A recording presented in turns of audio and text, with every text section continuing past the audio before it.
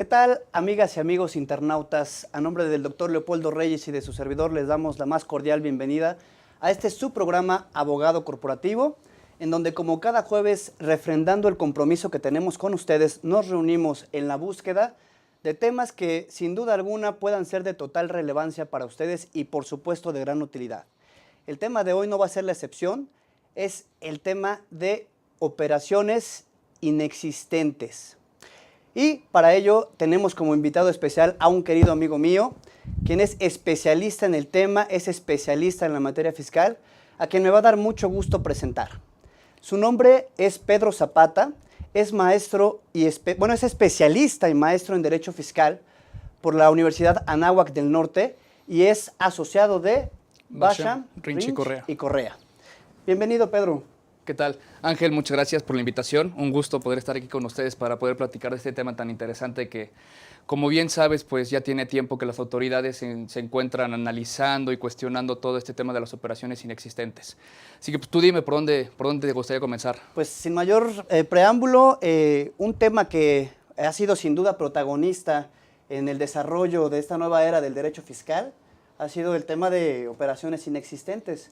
Quisiera que para nuestros amigos internautas empezáramos desde la base. ¿A qué se refiere este tema de operaciones inexistentes? Explícanos cuál es el origen, de dónde viene, porque es un tema que, insisto, va a ser un tema sin duda alguna de aquí para mucho, ¿no? Queda para más. Claro que sí, con mucho gusto. Mira, todo esto comenzó en 2013 cuando el legislador empezó a analizar junto con las autoridades fiscales aquellos contribuyentes que simulaban operaciones. Y todo esto de simulación de operaciones significa que materializaban actos jurídicos o se señalaban actos en papel que realmente en la vida no se llevaban a cabo. ¿Cuál es la consecuencia o cuál es el tema de todo esto?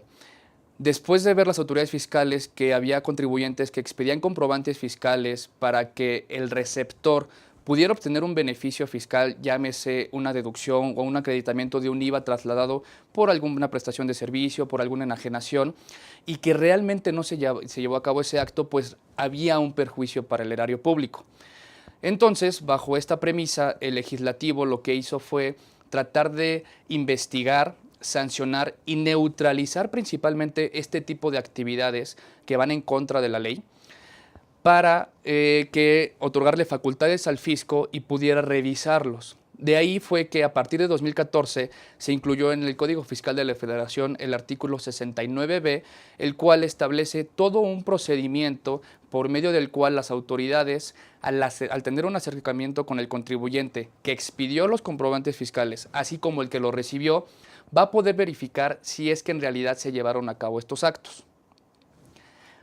Bajo ese antecedente, lo que hoy en día te establece el artículo 69b del Código Fiscal de la Federación es que cuando la autoridad fiscal, de manera presuntiva, considere que un contribuyente que no cuenta con activos, infraestructura, capacidad material, personal, sea directo o indirecto, para llevar a cabo las actividades o servicios que se encuentran amparados en un comprobante fiscal, o bien que este contribuyente que lo está emitiendo no se encuentra localizado en el registro del SAT, se considera presuntivamente que ese acto jurídico fue ficticio.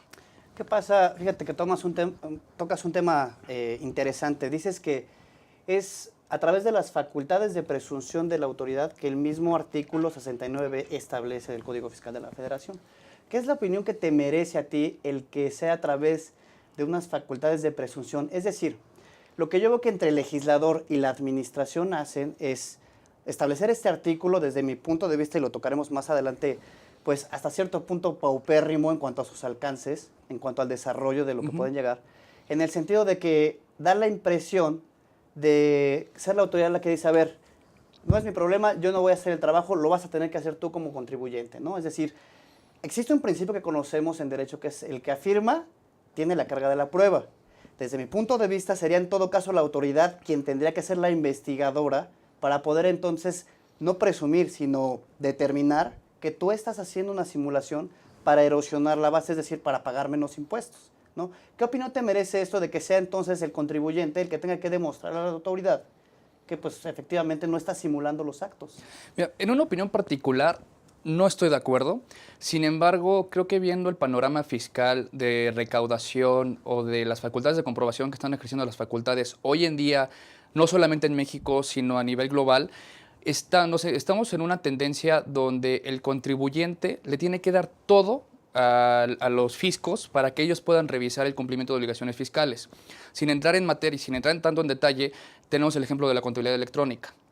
Hoy en día, los contribuyentes tienen que enviar sus balanzas de comprobación, el catálogo de cuentas, el SAT hace una revisión y de ahí te puede llegar a preliquidar, a decirte, creo que no lo hiciste bien y por lo tanto te determina un crédito fiscal. A través de los cruces de información. Correcto. Llevando este ejemplo al caso de operaciones inexistentes, pues creo que estamos en lo mismo.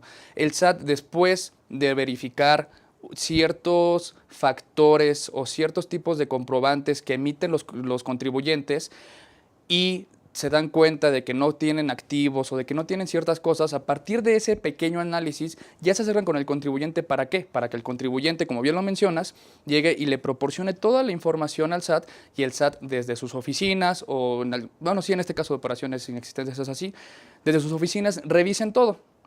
Entonces, yo considero no es lo más adecuado, sin embargo, bien o mal no podemos estar de acuerdo, pero tenemos que cumplirlos. Tenemos que cumplir. Ley y bueno. Y aparte es una tendencia globalizada. Eso creo que es algo muy importante que debemos de observar.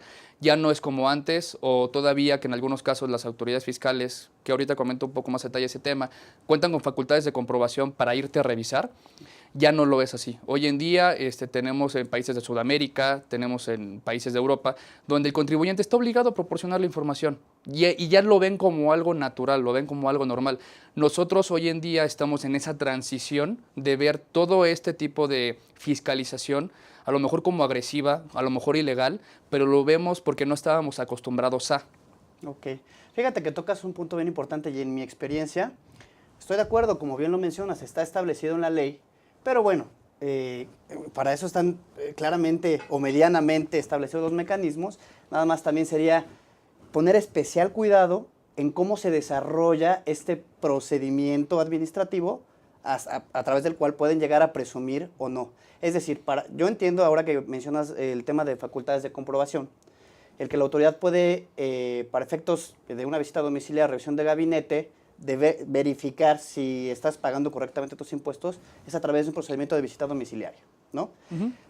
¿Qué pasa si a través de un procedimiento de visita domiciliaria, que a lo mejor ya me estoy yendo hasta la cocina, si no me regresas, qué pasa si a través de un procedimiento de visita domiciliaria determina desconocerme ciertas deducciones, porque además dentro de la resolución administrativa está determinando una simulación de actos? Desde mi punto de vista es, a ver, esta visita domiciliaria es para efectos de ver si pagaste correctamente tus contribuciones y tendría en todo caso que hacer el desarrollo del procedimiento del 69. Procedimiento del 69 para determinar si estoy haciendo una simulación o no de actos. ¿Estás de acuerdo? Estoy de acuerdo en tu punto, nada más que ahí hay una disyuntiva y es un tema que se ha puesto a consideración de los tribunales.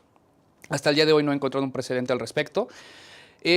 El propio 69B te establece que las autoridades fiscales en ejercicio de sus facultades de comprobación podrán determinar créditos fiscales por no haber cumplido con el procedimiento del 69B.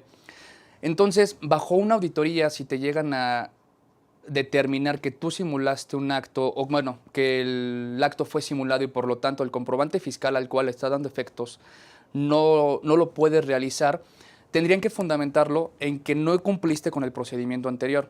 Sin embargo, también creo que el simple hecho de no haber cumplido con el procedimiento que considero vale la pena platiquemos un poco de cómo es todo este procedimiento del 69B, en una visita domiciliaria no te permitan demostrar que sí la materialidad del acto. La materialidad del acto. Y bueno, ahora que mencionamos lo del procedimiento, platícanos un poco para que los internautas conozcan cuál en todo caso sería el procedimiento que tiene que desarrollar o al que está facultado la autoridad administrativa para llegar a presumir si sus operaciones existieron o no. Claro que sí.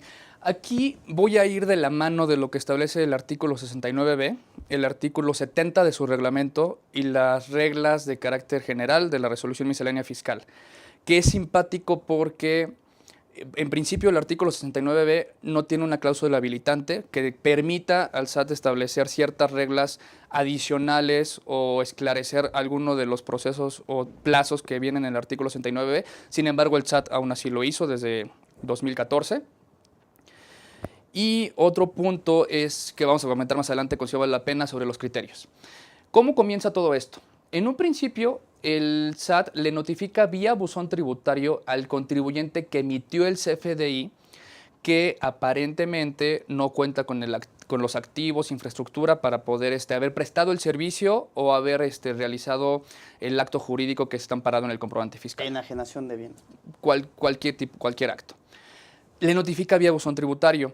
Y de una manera, en mi opinión, meridianamente clara, te dice que después va a realizar una publicación en el portal del SAT, así como en el Diario Oficial de la Federación, de todos aquellos contribuyentes que en ese periodo está revisando, que no contaban o que se consideran, el término es empresas, los famosos EDOS y EFOS. Empresas que deducen operaciones simuladas y empresas que facturan operaciones simuladas, correcto. En este caso, el contribuyente que factura las operaciones simuladas recibe la notificación y posteriormente, como te comentaba, lo publica en el portal del SAT y de ahí viene la publicación en el Diario Oficial de la Federación. En este orden, no porque así lo diga el artículo 69b, sino porque así lo establece la resolución miscelánea fiscal. Posteriormente, este contribuyente tiene un plazo de 15 días para poder desvirtuar o proporcionar información para acreditarle al SAT que sí prestó el servicio o que sí se llevó a cabo el acto jurídico. Aquí vale la pena hacer un paréntesis importante porque hay una reforma a este artículo pendiente de publicarse en el Diario Oficial de la Federación, en el cual el legislador, en mi opinión, de manera inadecuada o por falta de análisis sobre el tema, pretendió esclarecer o darle plazos adicionales que no estaban bien señalados en el artículo 69b y ya se incluyen. ¿Por qué lo comento de esta forma? Porque a partir de que se publica en el Diario Oficial de la Federación esta reforma al 69b y entre en vigor, el contribuyente que recibió esta primera notificación, después de esos 15 días, puede solicitar un plazo adicional de 5 días para que sea un total de 20 para proporcionar la información. Sin embargo, si nos remitimos a la resolución miscelánea fiscal vigente de 2018, ese plazo ya estaba contemplado para el propio SAT, solo que ese plazo era de 10 días. Aquí ya tengo un problema. ¿A quién le hago caso? Al artículo 69b, que en adelante me dice que tengo 5 días, o contra la resolución miscelánea fiscal que me dice que voy a tener 10. Ahí ya tenemos un choque de a quién le hago caso o qué hago. Hay que operar el principio de todo a favor del contribuyente, ¿no? Pero bueno, de acuerdo. Estamos entonces, entiendo, a la mitad de este procedimiento y seguramente le damos continuidad después de un corte. ¿Te parece bien? Adelante. Regresamos.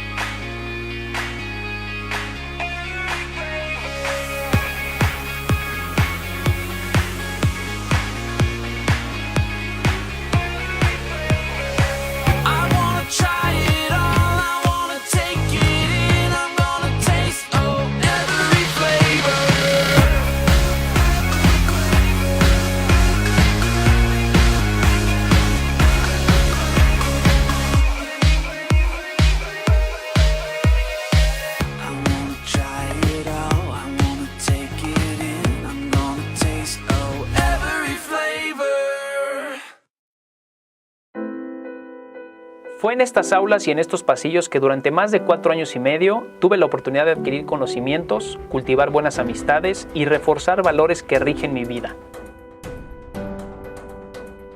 En mi gestión al frente de Jardines de México, trabajando con responsabilidad y honestidad y en conjunto con un grupo multidisciplinario, hemos podido colocarnos como un punto emblemático del estado de Morelos y llegar a ser reconocidos como el jardín floral más grande del mundo. Gracias al arraigo de valores como la justicia y la solidaridad, el día de hoy levanto mi mano como candidato independiente para ser la voz de todos aquellos ciudadanos que, al igual que yo, quieren una mejor Cuernavaca. Soy Daniel Altafi y uní la administración con mi pasión por servir al prójimo para lograr un país mejor. UNILA es más. Visita unila.edu.mx y conoce nuestra oferta académica.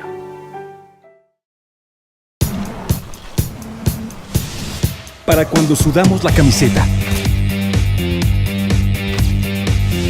Para los que tenemos una vida intensa. Porque todos necesitamos rehidratarnos.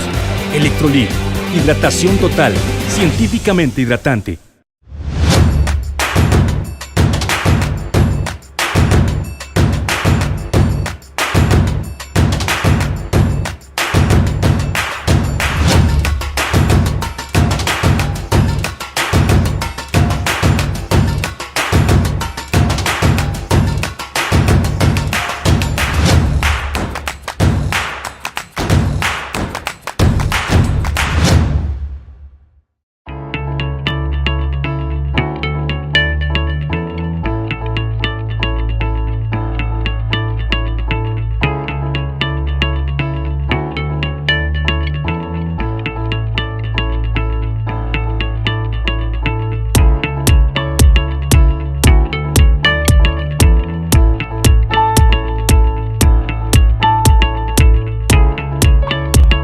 Estamos seguros que construyendo a través de la gente podremos trabajar y sobre todo contribuir en los resultados de su negocio.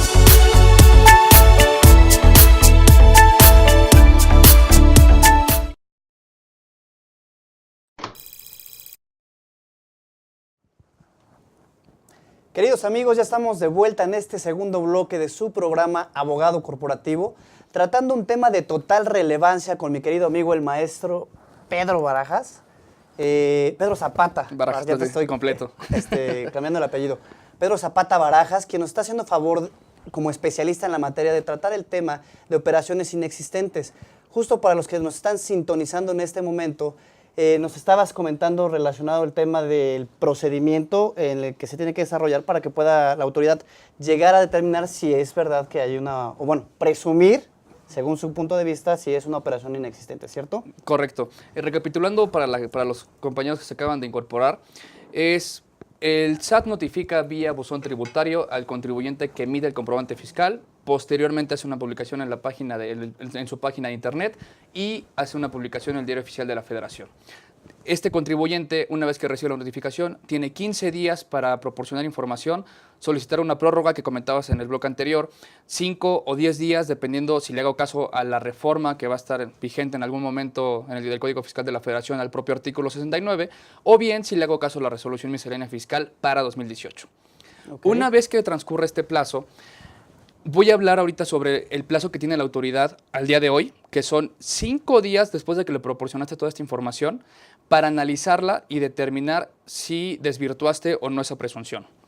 Ahora, derivado de la reforma, estos 5 días se convirtieron en 50 días que la autoridad tiene para poder analizar y revisar toda esta información, e incluso la reforma contempla algo que hoy en día no se encuentra en el artículo 69b, que es un requerimiento de información que puede realizar el SAT al contribuyente. Este requerimiento de información se encontraba en el artículo, se encuentra en el artículo 70 del Código Fiscal de la Federación.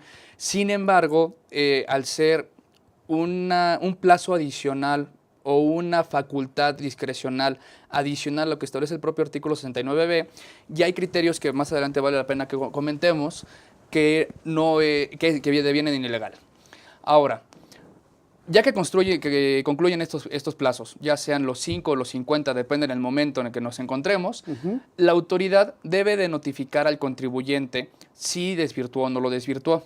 Y adicionalmente tiene que publicar en su página de internet, así como en el Diario Oficial de la Federación, los listados de aquellos contribuyentes que sí desvirtuaron, aquellos contribuyentes que ejercieron su derecho pero no lograron desvirtuar o sí lo lograron desvirtuar, así como aquellos que no lograron desvirtuarlo. Tenemos 3 listas. 3 listas. Hay un periodo a través del cual también limite las facultades de la autoridad a partir de que, ok, hasta ahorita ya me entregaste todo lo que te... Digo, primero te notifiqué, me entregaste tú lo que estuvo en tus manos en ese momento para acreditar la materialidad del acto. Posteriormente, como autoridad revisora, me surgen dudas, te hago requerimientos de información ¿Y a partir de qué momento, a qué momento tiene la autoridad? ¿A partir de qué momento termina la revisión del procedimiento del 69B? ¿Y cuánto tiempo tiene la autoridad entonces para para subirlo a las listas primero de su página, después del Diario Oficial de la Federación? ¿Cuánto tiempo cuenta? El plazo que tiene la autoridad para revisarlo, considerando ya sean los 5 o 10 días para proporcionar la información adicionales a los 5 que tienen en un principio, ese es el plazo máximo que tiene la autoridad. De ahí se concluye ese plazo y tiene, como te comentaba, 5 días para analizar o 50, si a lo mejor se publica esta reforma mañana el Diario Oficial, la próxima semana va a tener 50 días. Ahí concluye el plazo que tiene la autoridad para notificarle al contribuyente si logró desvirtuarlo o no. Okay. Una vez que dentro de los 50 días. Dentro de los 50 días, ya que se da esta reforma. Okay. Y posteriormente, en un lapso, no pueden transcurrir 30 días entre la notificación al contribuyente de que logró desvirtuar o no logró desvirtuar, a la publicación en la página de internet o en el Diario Oficial de la Federación. Tiene que haber un plazo de 30 días entre estos dos actos. Okay. Por lo menos, es lo que señala hasta la fecha el artículo 69B. Ok, hasta ahí entonces estamos en un supuesto en el que me estás revisando a mí como contribuyente, pero ¿qué pasa entonces para los contribuyentes que han celebrado operaciones con quien, a lo mejor en el supuesto de que no se hayan desvirtuado la materialidad del acto? Bueno, ¿con cuánto tiempo cuenta entonces o cuál es el procedimiento que tendrías que seguir tú, que celebraste operaciones conmigo, en donde ya se presumió que no acredité la materialidad del acto? Sí, esto es interesante e importante. Ahí yo no comparto en nada la legislación como se encuentra, incluso algunos criterios de las autoridades. El contribuyente que recibió los comprobantes fiscales tiene que estar al pendiente y tiene que estar revisando tanto en la página de internet del SAT como en el Diario Oficial de la Federación esta publicación definitiva de quién no cumplió o quién no logró desvirtuar esta presuntiva. Si tu contribuyente detectas que alguno de tus proveedores está en esta lista, tienes un plazo de 30 días a partir de la publicación en el Diario Oficial de la Federación para acercarte con la autoridad fiscal y demostrar que efectivamente o recibiste un servicio o recibiste un bien o cualquier acto jurídico que se encuentra amparado en el comprobante fiscal. Cuentas con 30 días. 30 días, yo que fui quien celebró operaciones, porque digo, tenemos que decirlo en este momento, puedo ser una empresa que efectivamente me dedico a simular las operaciones y que a lo mejor se me ocurre contigo, Pedro, acercarme un día y decirte, oye, préstame servicios, que tú sí me prestas ese servicio y finalmente por el hecho de que yo ya estoy subido en las listas negras del 69B, pues te puede llegar a perjudicar a ti en el sentido de que no te reconozcan pues los efectos fiscales que tú le pudiste haber dado a esos comprobantes, ¿no? Sí, por supuesto. Vamos a pensar puede pasar un contribuyente pequeño, mediano, grande, pero vamos a pensar en los contribuyentes grandes. Contribuyentes que tienen 300 proveedores a lo mejor, 500 proveedores, tener que revisar la lista cada vez que se publica a ver si no aparecen tus 300, 500 proveedores y tienes un plazo de 30 días. Claro. Sí, o sea, puede ser que yo celebré la operación incluso hace 3 años y después de transcurridos esos 3 años te enlistan en estas listas negras y bueno, ¿qué pasa? Tú tuviste que haber estado desde el primer día que prestaste el servicio diariamente, así como que te levantas y te persinas, salir y tener que estar revisando. Y comentas algo muy interesante porque también a lo mejor contratas un proveedor, te prestó servicios por 6 meses, fue un proveedor que te prestó servicios por una contraprestación bastante grande que por medio del cual tú dedujiste un buen monto de tu base, acreditaste el IVA que te fue trasladado y no tuviste ninguna relación comercial con él durante 2 años posteriores. Lo publican. Entonces tienes que tener el listado de tus proveedores actuales, tus proveedores anteriores, o sea, tienes que tener un listado de la infinidad de las personas con las cuales tienes una relación comercial. Creo que eso es algo, de mi punto de vista, excesivo. ¿Y por qué lo considero excesivo? Porque al contribuyente que recibió los servicios, el SAT, de la única forma en que le avisa es a través de la página del SAT o del Diario Oficial de la Federación. Es que realmente no hay como tal un aviso, ¿no? ¿Qué pasa ahí con el tema de que tengas que ser debidamente notificado? Derecho de audiencia, que eso ahorita lo vamos a platicar más adelante, seguramente pero en los bueno, criterios. ¿Hay algún precedente ya relacionado con este tema? Sí, hay precedentes. Nada más antes de entrar al tema de los precedentes, creo que me hizo falta comentar, creo que el punto más importante de todo esto es Si no se logran desvirtuar, ya sea desde el contribuyente que emitió los comprobantes o el que le recibió los comprobantes, ¿qué sucede? No le puedes dar efectos fiscales. Es decir, no puedes realizar la deducción por efectos de impuestos sobre la renta o bien realizar el acreditamiento e incluso la solicitud de una devolución de saldo a favor de impuestos de valor agregado. Dices, no puedes, pero ¿qué pasa si ya lo hiciste? Y volvemos al tema en donde está el desconocimiento de esas operaciones. Ahí lo que te dice la ley es que tienes que revertir ese efecto fiscal. Sí, es decir, si yo apliqué unas deducciones de unos comprobantes fiscales digitales que me emitió una empresa que realmente simula, tendría en todo caso que decir, ¿sabes qué? Presentar complementarias. Complementarias y ahí te va la lana que te había solicitado en devolución toda vez que pues celebré operaciones con este cuate, ¿no? Así es. Pero, insisto, si soy una empresa que efectivamente presté esas operaciones, ¿cómo por qué te voy a regresar ese dinero? ¿No? Estoy completamente de acuerdo contigo y aparte hay que pensar también en el tema económico para aquellos contribuyentes que están en esa situación, actualizaciones y recargos. Actualizaciones y recargos, o sea, yo creo que un tema de estos, si no está bien trabajado y si no te estás acercando a las personas que verdaderamente conozcan del tema, extinguen una empresa por completo, ¿no? Si te desconocen el tema de los comprobantes fiscales. Así es. Bueno, decías relacionado con el tema de los precedentes. Con el tema de los precedentes. Me gustaría que lo toquemos regresando del corte. ¿Qué te parece? Perfecto. Hecho. Regresamos después del corte.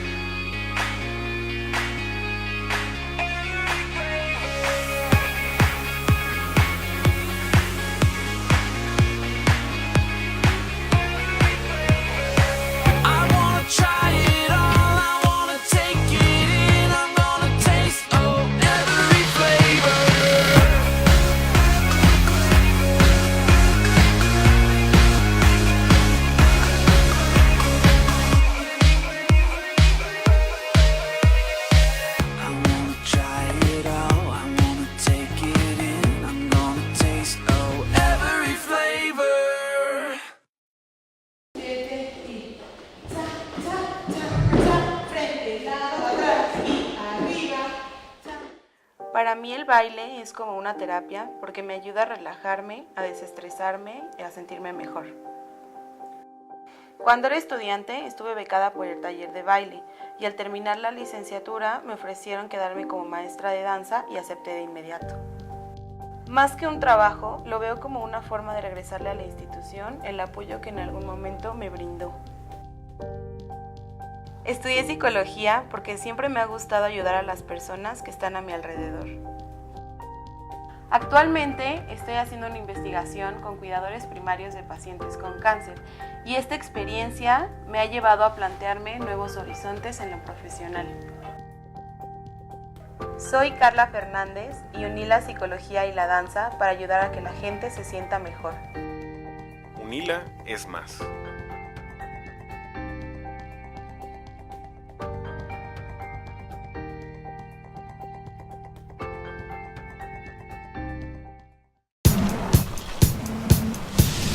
Para cuando sudamos la camiseta. Para los que tenemos una vida intensa. Porque todos necesitamos rehidratarnos. Electrolit, hidratación total, científicamente hidratante.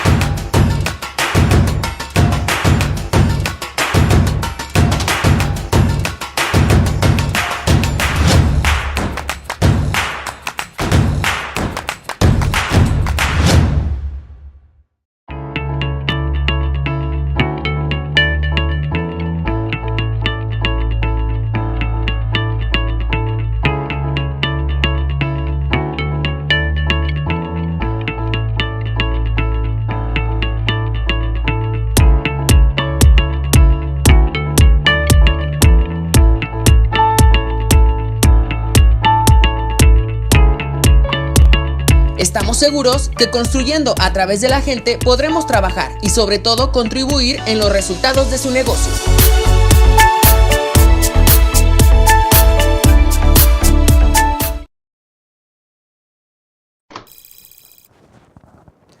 Queridos amigos, ya estamos de vuelta en este su programa Abogado Corporativo, justo hablando del tema con un especialista en la materia, Pedro Zapata, quien lo comentamos desde un principio, es especialista en Derecho Fiscal y Administración Tributaria y además de ser asociado del área fiscal de Basham, Rynch Y Correa. Y bien, pues hace un momento platicamos acerca del procedimiento que desarrollaba la autoridad administrativa para efectos de determinar o de presumir, sería la palabra correcta, si es que tú celebraste efectivamente operaciones o no con otro contribuyente, con otra empresa y pues si le puedes o no dar efectos fiscales a esos comprobantes, ¿cierto? Correcto. Decíamos hace un momento qué es lo que ha dicho la Corte, cómo se ha pronunciado la Suprema Corte y qué es lo que ha dicho el Tribunal al respecto de este tema. Pues desde mi punto de vista, de una manera desafortunada, ha comentado bastante al respecto. Y voy a empezar por lo que dijo la segunda sala de la Suprema Corte de Justicia de la Nación. Cuando entró en vigor en 2014 el artículo 69b, muchos contribuyentes promovieron el famoso amparo indirecto. Llegó a la segunda sala de la Suprema Corte de Justicia de la Nación, en la ponencia del ministro Eduardo Medina, y al resolver 5 asuntos de manera consecutiva en el mismo sentido, creó diversas jurisprudencias. Una de ellas, como lo comentábamos hace un tiempo, apuntaba sobre mi derecho de audiencia, tanto para el contribuyente que emite los comprobantes fiscales como para el contribuyente que los recibe. Los siguientes criterios que voy a comentar versan únicamente sobre el contribuyente que emite los comprobantes fiscales, aquel que recibe la primera notificación vía buzón tributario por parte del SAT. En opinión de la segunda sala de la Corte, el derecho de audiencia no se vulnera porque la primer publicación que realizan preliminar no es definitiva y tú tienes el derecho de poder desvirtuar esa presunción vía presentando la documentación. Y ya la segunda publicación, la definitiva, tú cuentas con medios ordinarios de defensa para poder impugnar este listado definitivo. Bajo esas dos premisas sencillas, la Corte señaló que el derecho de audiencia no resulta violatorio. Ahora, también platicábamos hace rato, ¿qué pasa con proveedores que me prestaron servicios y estos proveedores fueron de ejercicios anteriores, incluso antes de la entrada en vigor de la ley en 2014? Tengo un proveedor de 2012. Pues bueno, aquí lo que dijo la segunda sala es que no se vulnera la garantía o el derecho fundamental de irretroactividad de la ley porque no está analizando o se está pronunciando sobre actos anteriores o posteriores a la entrada en vigor de la ley. Lo que señala la Corte es que se está analizando si efectivamente se llevó a cabo ese acto jurídico o no, no importa la fecha en que se haya llevado a cabo.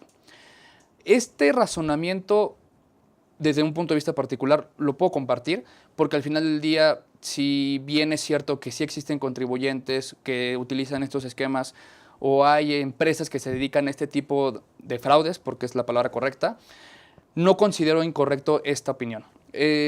Si bien es cierto, yo expedí un comprobante fiscal en 2012, pero realmente nunca existió ese acto jurídico que es la finalidad del artículo 69b, pues no hay por qué darle un efecto fiscal, no obstante que la norma jurídica haya entrado en vigor en 2014. Entonces, ese criterio, desde mi punto de vista, lo puedo compartir. Después, hablan sobre el derecho a la libertad de trabajo, en el sentido de que hay un menoscabo a la imagen, a la publicidad, a la honradez de aquel contribuyente que ya está en una lista preliminar y a lo mejor está en una lista definitiva y puede que no haya desvirtuado porque o nunca recibió la notificación vía buzón tributario porque o no lo tenía habilitado, la persona encargada no lo revisó, hay 1,000,000 razones para que no lo haya hecho y aún así ya no cumplió. ¿Qué va a suceder con aquellos contribuyentes que se den cuenta que está listado? Pues ya no le van a solicitar servicios. Lo que en materia penal podríamos decir que ya tocó piano. Exactamente.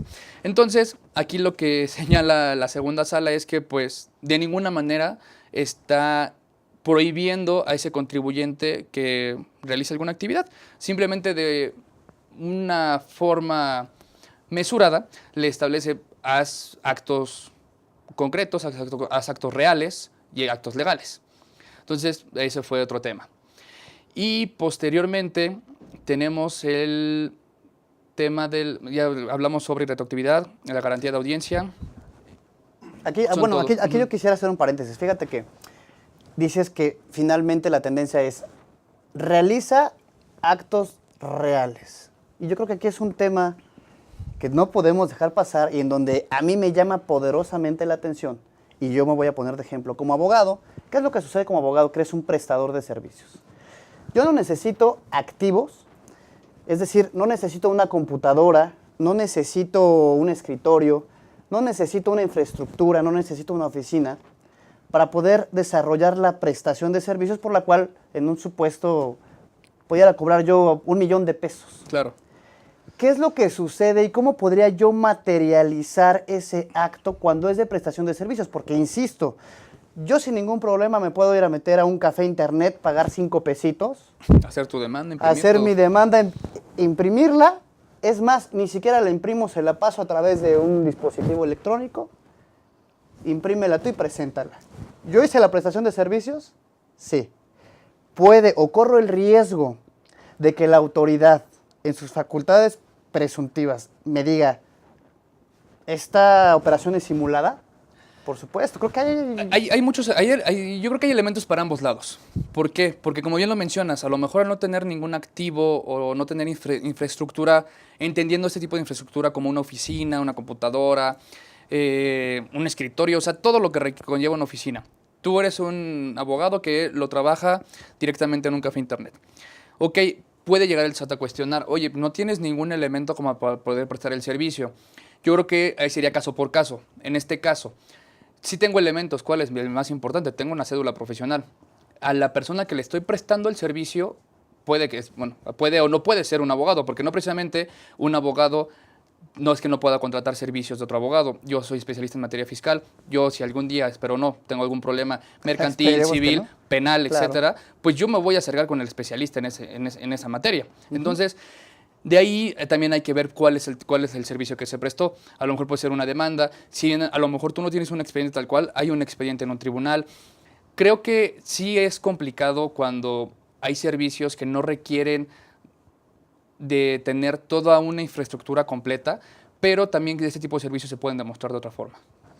Bueno, pues yo creo que ahí tendremos que, Es como tú caso dices, por caso. de caso en particular, caso por caso, valorar qué es lo que podríamos echar a andar la imaginación en este caso para ver con qué tú puedes demostrar a la autoridad que efectivamente se realizó esa operación, ¿no? Es correcto, y aquí, tocando este tema sobre la materialidad de los actos y hablando sobre los precedentes, vale la pena comentar lo que ha dicho el Tribunal Fiscal también, no precisamente sobre el artículo 69b, sino sobre la materialidad de los actos, la famosa razón de negocios, todos estos elementos que hoy en día se utilizan para rechazar deducciones o para determinar si el contribuyente pagó o no pagó correctamente sus impuestos.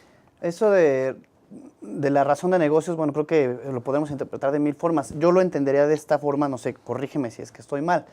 Es decir, tú contribuyente tienes que ya tener mucho cuidado en cuanto a la constitución del objeto, o cuál es tu objeto social, porque es decir, no puedo constituir yo una empresa, o para la autoridad administrativa podría ser de llamar a su atención el tema de que yo constituya una empresa en la que me dedique, ¿qué te gusta?, a la prestación de servicios ¿qué puede ser?, de hojalatería y pintura. Vamos a poner un ejemplo. Me dedico a los servicios de hojalatería y pintura y de pronto estoy prestando servicios, estoy emitiendo comprobantes fiscales por servicios, no sé, de laboratorio de análisis clínicos, ¿no?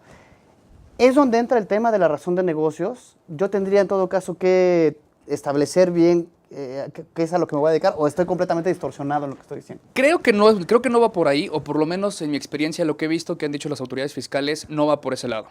Tú te puedes dedicar a todo lo que tú quieras, o sea, por un lado puedes ser veterinario y por otro lado puedes ser astronauta. O sea, vaya, eso no va por ahí el tema de la razón de negocios.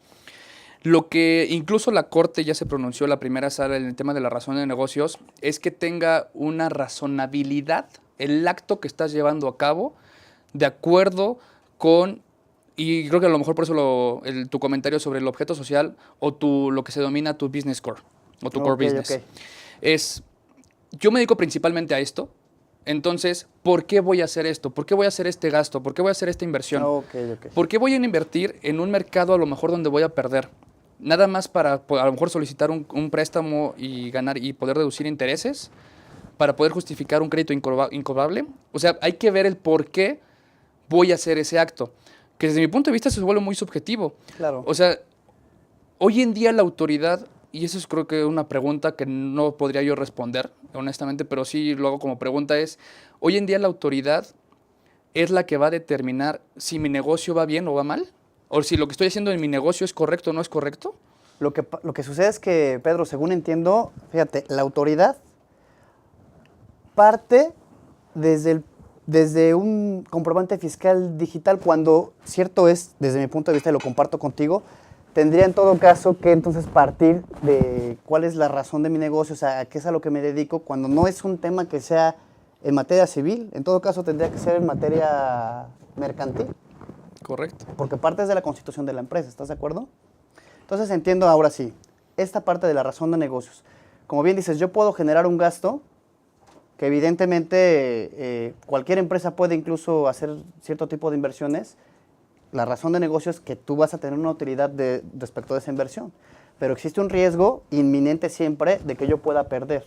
Claro. ¿Cuál sería el punto fino en el que entonces la autoridad dice, no, espérate, esta inversión que tú hiciste, que la estás, o yo presumo que la hiciste para hacer una inversión, pero realmente estás disminuyendo o estás aparentando, dándole una apariencia de una pérdida, porque no te resultó la inversión, con el claro fin de erosionar la base impositiva? Mira, te voy a comentar un tema que me tocó analizar hace poco, incluso llevarlo a tribunales.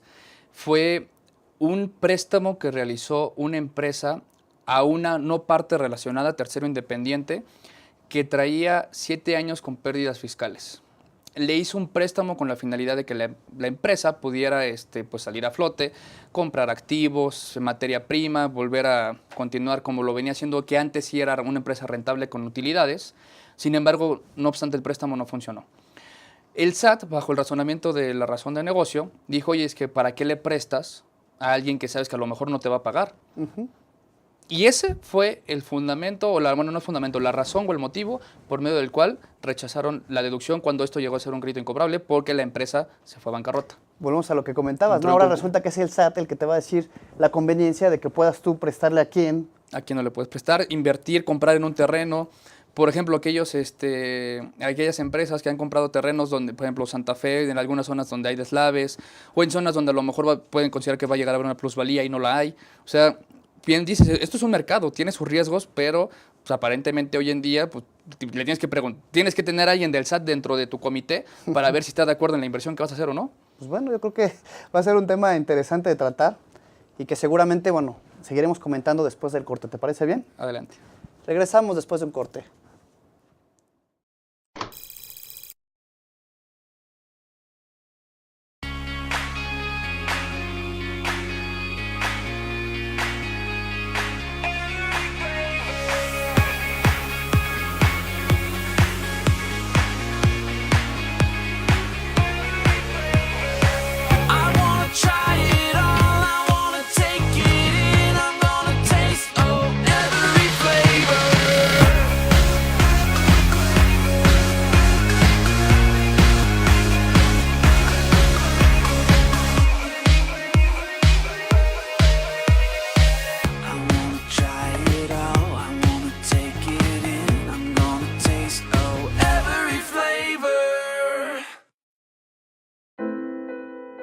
Fue en estas aulas y en estos pasillos que durante más de 4 años y medio tuve la oportunidad de adquirir conocimientos, cultivar buenas amistades y reforzar valores que rigen mi vida. En mi gestión al frente de Jardines de México, trabajando con responsabilidad y honestidad, y en conjunto con un grupo multidisciplinario, hemos podido colocarnos como un punto emblemático del estado de Morelos y llegar a ser reconocidos como el jardín floral más grande del mundo. Gracias al arraigo de valores como la justicia y la solidaridad, el día de hoy levanto mi mano como candidato independiente para ser la voz de todos aquellos ciudadanos que, al igual que yo, quieren una mejor Cuernavaca. Soy Daniel Altafi y uní la administración con mi pasión por servir al prójimo para lograr un país mejor. UNILA es más. Visita unila.edu.mx y conoce nuestra oferta académica.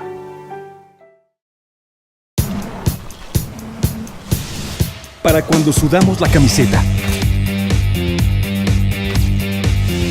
Para los que tenemos una vida intensa. Porque todos necesitamos rehidratarnos. Electrolit, hidratación total, científicamente hidratante.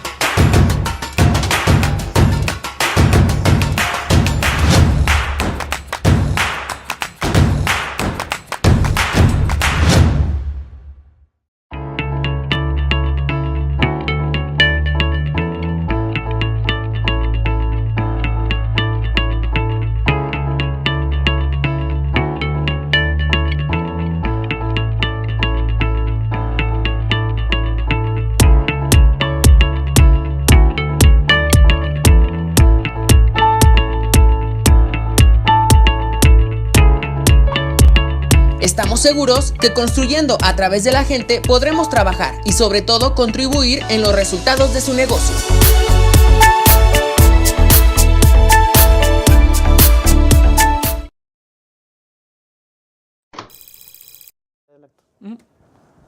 Queridos amigos, ya estamos en este cuarto y último bloque tratando el tema de operaciones inexistentes, justo con mi amigo Pedro Zapata, ahora sí lo dije correctamente y en orden.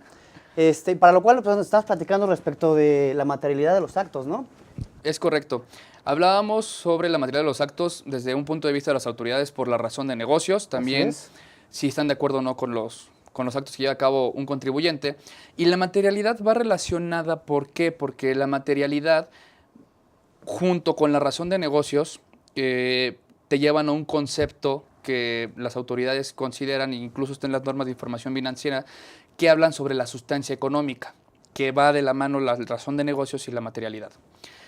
Aquí algo importante que estamos hablando sobre los precedentes es que el Tribunal Fiscal señaló en un criterio que todavía no es de jurisprudencia, la primera sección de la Sala Superior, que las autoridades fiscales en ejercicio de sus facultades de comprobación pueden determinar o no la materialidad de un acto.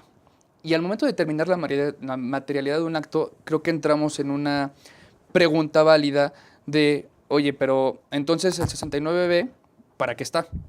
Sí, en una visita domiciliaria, en una revisión de gabinete, la autoridad de todas formas me va a cuestionar la materialidad no de los actos, porque la materialidad se define o se entiende como si se llevó a cabo el acto jurídico o no.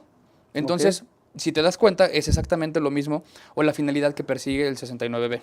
Que justo es donde regresamos al principio, ya ves que te había comentado, creo que ya me fui hasta la cocina, ¿no? Pero a ver, para tenerlo claro nada más, es el punto en donde tenemos que poner especial atención es, a mi contribuyente me están realizando una visita domiciliaria. Y aquí, desde mi punto de vista, hay dos vertientes. Una en la cual me dicen, a ver, yo dentro de este procedimiento de visita domiciliaria puedo presumir la inexistencia de tus operaciones y en consecuencia te determino un crédito fiscal. Punto número uno. Punto número dos. Yo a través del desarrollo de visita domiciliaria o revisión de gabinete detecto que celebraste operaciones con un contribuyente que ya está en las listas negras del 69. Bueno, malamente conocidas como las listas negras del SAT, ¿no? Y entonces en consecuencia te desconozco los efectos fiscales que pudiste haberle dado a esos comprobantes. Te determino un crédito fiscal. ¿Qué pasa? Porque a mí me parece de llamar la atención en el sentido de, soy ese contribuyente que en efecto celebró operaciones con esta persona y no tuve la precaución de estar revisando diariamente en mi computadora si es que pues, el sujeto con el que celebré operaciones pues, no hizo mal las cosas y bueno, lo castigan de esta manera.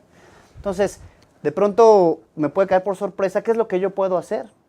¿Tengo algún mecanismo de defensa? O quisiera, antes que nos comentaras, ¿la PRODECON se ha pronunciado al respecto? Sí, se ha pronunciado al respecto. Nada más, antes de hacer el comentario de la PRODECON, Creo que hay una diferencia, o vale la pena puntualizar. En el 69B, después de un procedimiento de la presunción, la consecuencia final es desconocer los efectos fiscales de esos comprobantes fiscales para el receptor. No te determinan un crédito fiscal per se. El crédito fiscal se entendería, o el hecho de que tengas que pagar, es por el desconocer los efectos fiscales. A diferencia en una visita, bueno, en una visita domiciliaria o revisión de gabinete, donde después de un análisis sí te determinan una cantidad líquida a pagar. Sí. Hay una diferencia en esos dos procedimientos. Sí, y qué bueno que la aclaras, sí, entiendo. Visita domiciliaria es determinar si omitiste el pago de contribuciones. El hecho de que yo en esa revisión desconozca tus operaciones puede decantar Exactamente. en el que me tengas Pero que está pagar. Dentro de la visita domiciliaria. Visita domiciliaria y, por supuesto, Otro procedimiento. el resultado del procedimiento del 69B no es ese, es simplemente, lisa y llanamente, el desconocimiento de los efectos fiscales y que tú lo tengas que hacer. Te obliga, sí, ya depende del contribuyente si lo hace o no lo hace, como bien lo mencionabas, a lo mejor nunca se dio cuenta. Ahora, ¿qué es lo que pasa? Y por eso, qué bueno que preguntas lo de la PRODECON.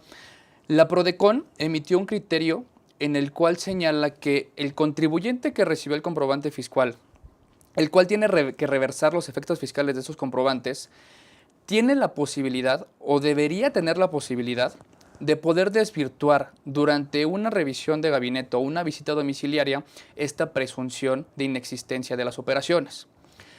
¿Qué es lo que sucede?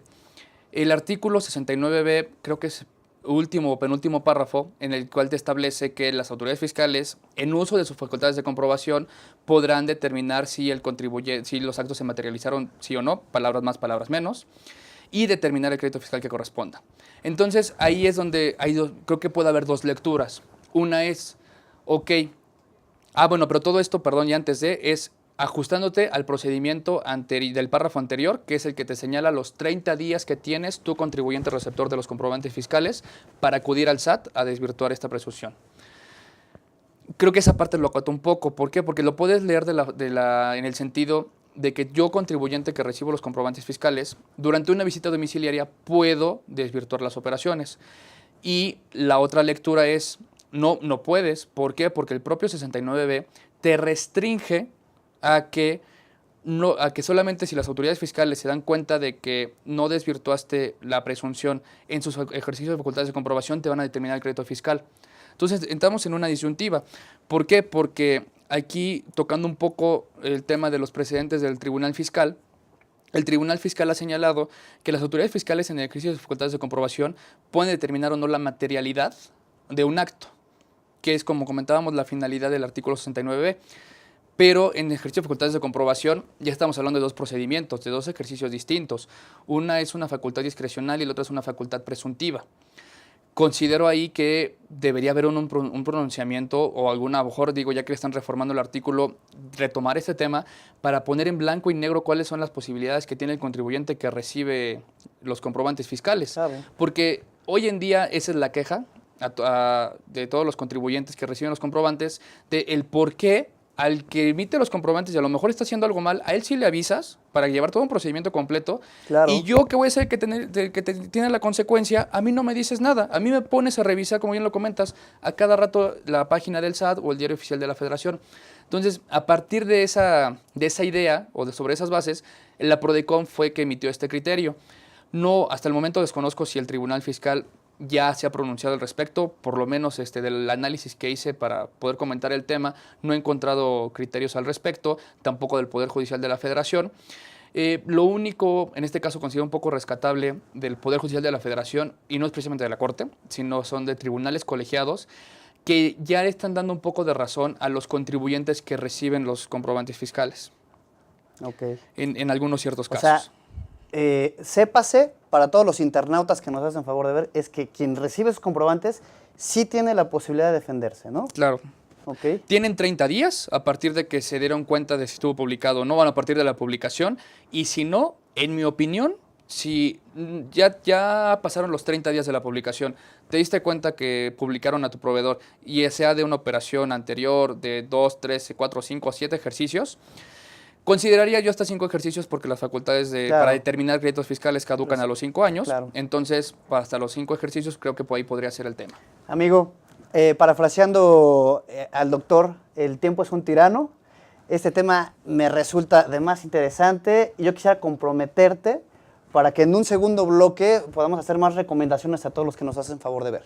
Adelante, con mucho gusto acepto la invitación. Pues te agradezco mucho por haber venido, agradezco mucho a todos ustedes el favor de su atención y pues nos vemos la próxima. Hasta luego.